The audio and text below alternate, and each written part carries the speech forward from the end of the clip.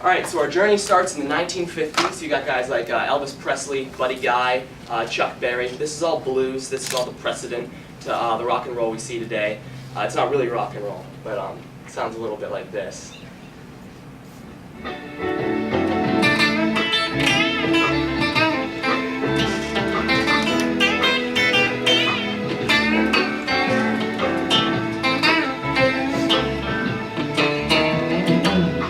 In the 1960s, you're seeing less like really technical music. It's more just simple 4-chord progressions. There's a lot of like social stuff going on, current events. So you see a lot of that bleeding into the music, and it's more about that than it is about like technical skill. This is Bob Dylan. Come gather round, people, wherever you roam, and admit that the waters around you have grown, and accept it that soon you'll be drinking. So the Beatles will always get their own slide because they just push the music industry forward so forcefully. A lot of people say they created the genre of rock and roll. They had an album called Rock and Roll. And really music followed them. They didn't follow music, so they'll always be apart from everybody else.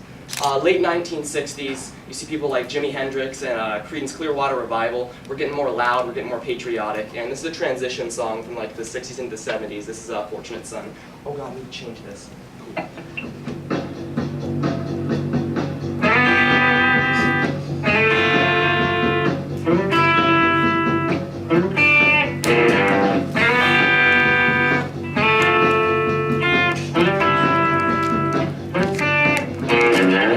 Okay, 1970 is my personal favorite decade. You see AC/DC, Led Zeppelin, Van Halen, all the above. All the greatest guitarists of all time are all coming out during the 1970s, and everybody after that was either influenced by the 70s or what happened during the 70s.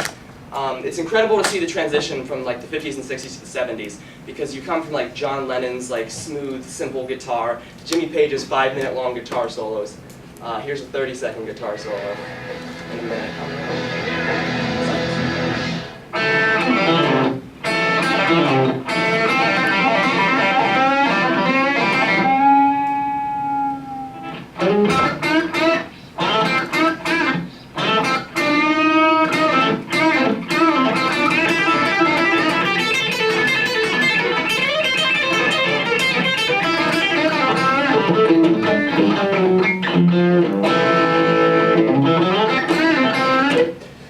So it's important to see that blues influence showing through and stuff even like that. You see Eric Clapton's earlier stuff, it was all just like... And Stevie Ray Vaughan, he was in the 70s as well, he had stuff like... So that's all just straight blues right there from the 50s. It's important to see the roots showing through in later music.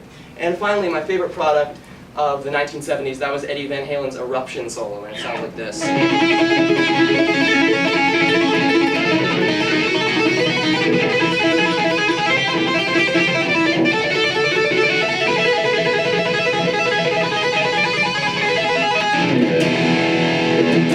So moving into the 1980s, you see guys like Poison, Scorpions, and Whitesnake.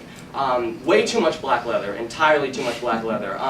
It's kind of the era of like partying and smashing the guitar and kicking over the amplifier. This is Poison. This is too loud.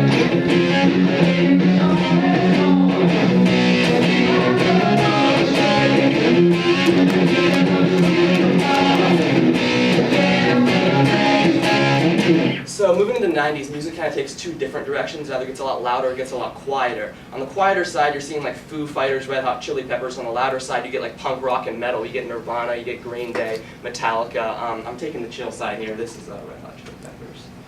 Sometimes I feel like I don't have a partner. Sometimes I feel like my only friend is the city I live in.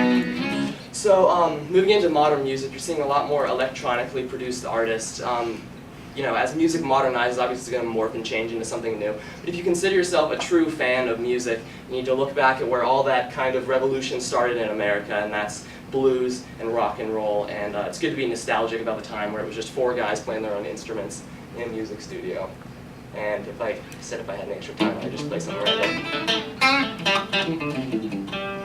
Thank you.